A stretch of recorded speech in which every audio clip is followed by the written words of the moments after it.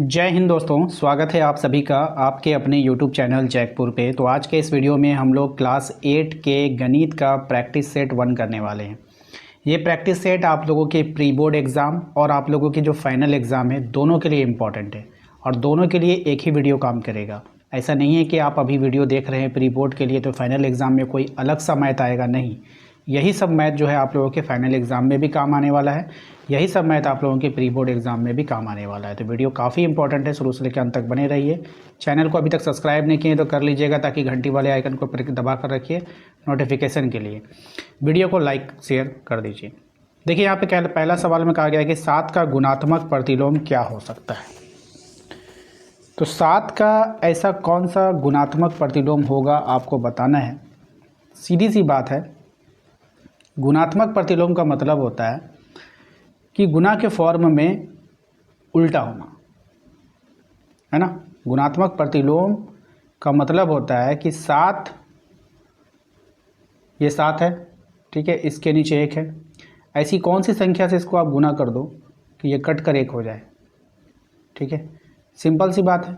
दूसरी भाषा में आप ऐसे समझो कि 7 का प्रतिलोम अगर बोले तो विलोम याद रखिए। और किसी भी नंबर्स को अगर हमें उल्टा करना हो तो कुछ नहीं किया जाता, उसको 1 के नीचे लेके जाया जाता है, उल्टा हो जाता है। तो आपको परीक्षा भी काफ़ी नज़दीक है, ज़्यादा डेप्थ में नहीं जाना है, शॉर्टकट में समझना है अगर आपको, तो बस उसका विलोम कर दीजिए, आंसर आ जाएगा आपका, ठीक है। आइए, उसी प्रकार से 7 का व्युत्क्रम बोला आपको, तो व्युत्क्रम बस उसका उल्टा कर दीजिए, 1/7 हो जाएगा। उल्टा करने के लिए कोई भी नंबर हो, जैसे 5 है, अगर हमको 5 का उल्टा करना है तो 1/5 करेंगे। बात समझ में आई। चलिए क्वेश्चन नंबर 3 पे आते हैं। क्वेश्चन नंबर 3 में देखिए क्या रहा है कि 5 का गुणात्मक प्रतिलोम क्या होगा, यानी व्युत्क्रम क्या होगा, उल्टा क्या होगा, तो 1/5 होगा, ठीक है मेरे भाई। अगर हम बात करें क्वेश्चन नंबर 4 को, ध्यान से देखिए। इस क्वेश्चन में क्या कह रहा है कि -8/7 को गुना किया 21/12 से और बराबर का साइन दे देता है। बराबर के साइन का मतलब होता है कि आप जैसे मान लीजिए इधर हम बराबर दिए, तो इधर अगर आपने 5 किलो अनाज रखा है तो इधर भी आपको 5 किलो अनाज रखना होगा। दोनों साइड आपका 5-5 किलो अनाज होना चाहिए। बराबर का मतलब वही होता है, वजन बराबर होना चाहिए। तो आपने इधर 21/12 था तो आपने इधर 21/12 लिख दिया, गुना का सिंबल था तो गुना का सिंबल भी ले लिया। अब क्या चीज़ की कमी रह गई बराबर करने के लिए, तो -8/7 की कमी रह गई, तो -8/7 की कमी रह गई यहाँ पर, ठीक है।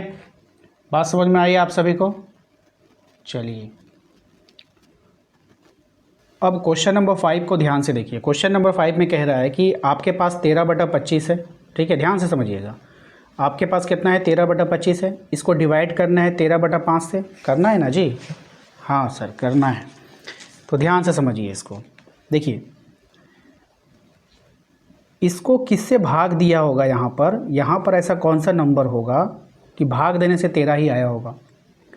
तो कोई भी नंबर्स, जैसे मान लीजिए कि ये 13 है, ठीक है, इसको भाग देना है और भागफल 13 लाना है, तो हम यहाँ पे जो भी पहाड़ा पढ़ते हैं ना वो इससे ही गुना होता है। नहीं समझ में आया, देखिए समझाते हैं आपको। जैसे ये 10 है, 10 को हमें 2 से काटना है तो 2 पंचे 10, इसको इससे गुना करें तब ना 10 आया। तो उसी प्रकार से आप यहाँ पे ध्यान से देखने का कोशिश कीजिएगा कि हमें 13 लाना है, तो यहाँ पे क्या होगा, यहाँ पे 1 होगा, तब ना 13 एक कम 13 आएगा। तो हम इसको डिवाइड देंगे तो 1 से देंगे, ठीक है। नीचे ऐसा क्या संख्या से डिवाइड देंगे कि हमारा जो है भागफल 5 हो जाएगा, तो 5 से देंगे तब ना 5×5 = 25 होगा। बात समझ में आई। तो हम लोग यहाँ पे लिखेंगे 5, तो टोटल हो जाएगा आपका 1/5। कहाँ पे दिख रहा है, ऑप्शन नंबर बी में। आइए, जो इम्पोर्टेंट है, जो परीक्षा में पूछे जाने योग्य वही कर दे, कि क्वेश्चन की संख्या जो है ना बहुत ज़्यादा है। देखिए कह रहा है कि 2 परिमेय संख्याओं के बीच कितनी परिमेय संख्याएं होगी, तो अपरिमित रूप से अनंत होगा, ठीक है। अब देखिए यहाँ पे क्वेश्चन नंबर 8 काफ़ी इंटरेस्टिंग सवाल है। कह रहा है कि गुणनफल हमें 1 प्राप्त करना है, 7/23 को किससे गुना करेंगे, ठीक है। तो ये सब सवाल सीखने वाला है। अब जैसे ये 7/23 है, इसको कौन ऐसी संख्या से गुना करेंगे कि हमें 1 आ जाएगा। देखिए जब 1 प्राप्त करने के लिए ना उसको उसी का उल्टा से गुना कर दीजिए, तो 23 से 23 कट जाएगा, 7 से 7 कट जाएगा, गुणनफल आपका 1 आ जाएगा, ठीक है। तो उल्टा गुना करना है, 23/7 किससे गुना करेंगे, 23/7 से गुना करेंगे तो आपका आंसर आ जाएगा, ठीक है। चलिए आगे बढ़ें, देखते हैं आगे और कौन सा इंपॉर्टेंट है आपके लिए। ये तो और भी सिंपल है आपका। क्वेश्चन नंबर 9 कह रहा है आपसे बताइए इसका व्युत्क्रम क्या होगा, उल्टा क्या होगा,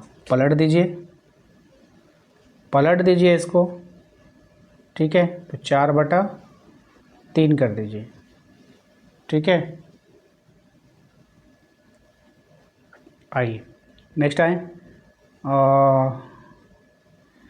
एक ये वाला बता देते हैं, समतुल्य वाला, ठीक है, क्योंकि कभी कभी समतुल्य वाला भी आपके एग्ज़ाम में आ जाता है। तो क्वेश्चन नंबर 10 देखिए, क्वेश्चन नंबर 10 को ध्यान से देखिए, समतुल्य वाला आपको बताते हैं कि कैसे होता है। कह रहा है कि 1/2 का समतुल्य क्या होगा, तो आपको 1/2 लिख देना है।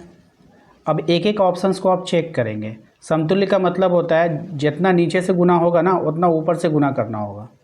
बात समझ में आया? आइए, तो आपने 1/2 लिखा, क्या आपको अगर ऊपर 1 लाना है तो आप उसको 1 से गुना करोगे तब ना 1 आएगा? हाँ सर आ गया। तो आपने ऊपर 1 से गुना किया तो नीचे भी आपको 1 से गुना करना होगा, तो 2 1 कम कितना हो जाएगा, 2। तो इस हिसाब से अगर ये वाला अंश लेते हो आप तो वो हिसाब से 1/2 होना चाहिए, लेकिन 1/3 हो रहा है, इसलिए ये ऑप्शन नहीं होगा।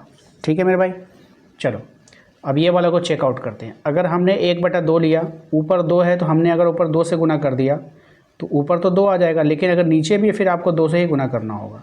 तो ये कितना हो जाएगा, 2 दूना 4 हो जाएगा, यानी कि यहाँ पे वेरीफाई कर गया। ठीक है, तो इसका समतुल्य यही होगा, ऑप्शन नंबर बी हो जाएगा। ठीक है, समझ में आई? बाकी ये वाला भी मैंने बता दिया है।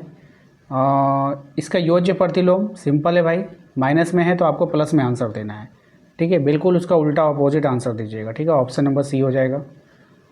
समतुल्य मैंने बता दिया आप लोगों को, ये भी बता दिया। एक गुना बता देता हूँ आपको, ठीक है। ये देखिए क्वेश्चन नंबर 16 कह रहा है आपसे कि 3/-5 है, -5/3 इसका मान क्या होगा। देखिए ये वैल्यू इसका ठीक अपोजिट है, उल्टा है। जब कभी भी कोई भी वैल्यू हो जाए, अगर उसका उल्टा से गुना हो रहा है ना, उसका आंसर आंख बंद करके 1 हो जाएगा। क्यों? ये सब कट जाता है, ये सब कट जाता है और 1 आंसर आ जाता है। ठीक है, समझ में आया सभी को? आई क्वेश्चन नंबर 19 में कह रहा है आपसे 2 परिमेय संख्याओं का गुणनफल हमेशा क्या होता है। तो 2 परिमेय संख्याओं का जो गुणनफल होगा वो हमेशा परिमेय संख्या ही होगा। ठीक है, 2 परिमेय संख्याएं हैं, अगर आप उसको गुना करोगे तो वो परिमेय संख्या ही होगा। परिमेय संख्या क्या होता है सबको पता ही होगा। चलिए, परिमेय संख्या जो अपने व्युत्क्रम के समान है कौन ऐसा परिमेय संख्या है जो अपने व्युत्क्रम के समान है? तो 1 और -1। ठीक है, आइए, शून्य का व्युत्क्रम क्या होता है? काफ़ी अच्छा सवाल है। शून्य का जो व्युत्क्रम होता है वो अपरिभाषित है, उसका कोई भी अपोजिट नहीं होता है। ऐसे परिमेय संख्याएं जिसका कोई व्युत्क्रम नहीं है, ऐसी परिमेय संख्या जिसका कोई भी व्युत्क्रम नहीं है, जैसे 0। ठीक है, नेक्स्ट है आपका कह रहा है कि -5 से छोटी संख्या कौन सी हो सकती है। तो -5 से जो संख्या छोटी होगी वो कौन सी होगी? तो देखो, जैसे ये 5 है, हम बोलेंगे 5 से बड़ा कौन है, तो आप बोलेगा 6 है, 7 है, 8 है। ये पॉजिटिव साइन जब होता है, जैसे प्लस में होता है तो ये बड़ा होगा, लेकिन माइनस वाले में उल्टा होता है, जितना छोटा उतना बड़ा। बात समझ में आया? और जितना बड़ा उतना छोटा। तो -5 से -3 छोटा, ये आपको दिख रहा है, तो ये बड़ा है, ये बड़ा है। ये क्या हो जाएगा, -8 वाला, ये छोटा हो जाएगा। अब हम आपको और अच्छे से समझाते हैं। अगर कहीं पे प्लस साइन देखो तो समझो कि आपके पास बैंक बैलेंस है, अगर आपके पास माइनस साइन है तो आप समझो कि आपके पास कर्जा है। ठीक है, तो एक आदमी ने 5 रुपये कर्जा ले रखा है। कितना? 5 रुपये कर्जा ले रखा है। तो आप हमें ये बताओ कि ये 4 रुपये कर्जा लिया है, तो ये इससे बड़ा आदमी कहलाएगा कि नहीं? ये इससे ज़्यादा अमीर कहलाएगा क्योंकि इसके पास कर्जा कम है। अच्छा, इससे ज़्यादा अमीर कौन हो गया? ये। लेकिन ये -8 है, यानी ये 8 रुपये कर्जा ले रखा था, ये तो सबसे गरीब हो गया, यानी कि इससे ये छोटा आदमी कहलाएगा। ठीक है, तो यानी कि ये हो जाएगा ऑप्शन नंबर डी।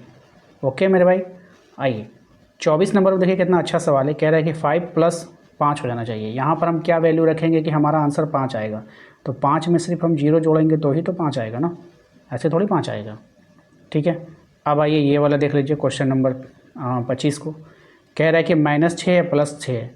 तो जब -6 है और ये प्लस है, ये 6 है, तो प्लस माइनस माइनस हो जाता है, ये कट जाता है अपोजिट साइन वाला। तो आंसर क्या आ जाएगा आपका? 0 आ जाएगा, ऑप्शन नंबर ए हो जाएगा। ठीक है, क्वेश्चन नंबर 26 देखिए, कह रहा है a + b + b + a क्या कहलाता है। तो ये कहलाता है आपका जोड़ का क्रय विनिमय नियम। ठीक है, ऑप्शन नंबर ए हो जाएगा।